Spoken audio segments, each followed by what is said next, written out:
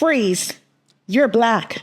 Now tell me, what's the right reaction? Hands up, too threatening. Hands down, too passive. Speak up, too angry. Stay quiet, too complicit. Run, you're guilty. Stand still, you're suspicious. Smile, you're performing. Frown, you're intimidating. Tell me, what is the proper choreography for surviving inside of a skin that everybody keeps mistaking for a weapon? Tell me, because I spent my whole life auditioning for innocence in front of a jury that already mesmerized my verdict. Tell me, ain't that a hell of a thing? To be born and immediately become evidence, to inherit a body and spend your life trying to convince the world it belongs to you. My mother taught me how to say, yes, sir, yes, ma'am, before she taught me how to say, I love you.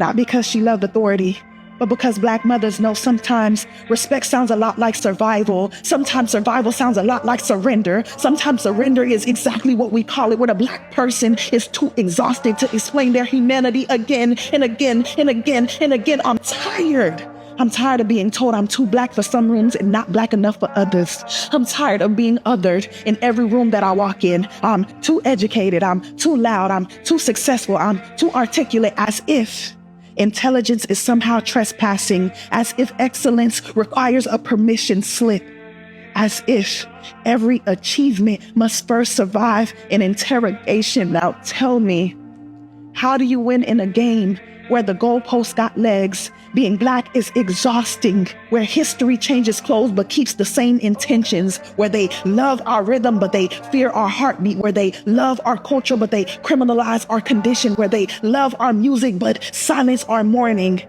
They love our flavor but they choke on our truth.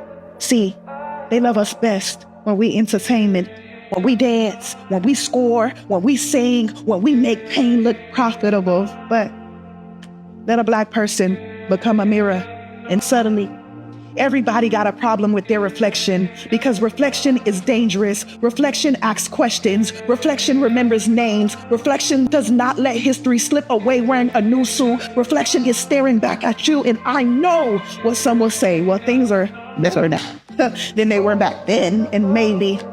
But better and healed are not the same thing. A scar is proof that something survived. It's not proof that it didn't hurt, and Lord, it hurt. It hurt so bad watching fathers become statistics. It hurt watching mothers become miracles. It hurt watching children inherit fear before they inherit property. It hurts realizing that freedom can be legal and still feel expensive. But here's the testimony. We're still here.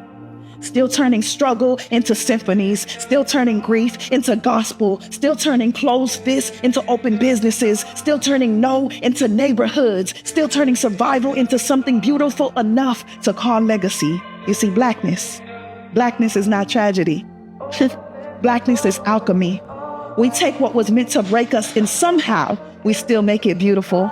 We take chains and somehow still make it rhythm. We take pain and somehow we still make it poetry. We take rejection and somehow we make it a revolution. We take what we may feel like surviving death, feel like the best experience on earth. So no, I'm Black and I don't have the right reaction. I have every reaction. I'm hurt, I'm angry, I'm sad, I'm mad. I have the rage of my ancestors, the prayers of my grandmothers, the resilience of my brother, the dreams they tried to redline, the joy they couldn't legislate, the brilliance they couldn't erase. And if that makes me too much, then maybe the problem was never my existence. Maybe the problem is a world that keeps asking Black people to shrink so other people can stay comfortable. So no, I'm not gonna shrink. No, I'm not gonna soften. No, I'm not gonna apologize for taking up the exact amount of space God carved out for me. So freeze, you're Black.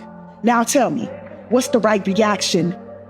Maybe there isn't one. I can't ask Nolan. I can't ask Cyrus. I can't ask Carmelo. They didn't have the right reaction. So maybe that's the lesson. Maybe the freest thing a Black person can do in America is stop asking for the right reaction. There is none. You just have to be human.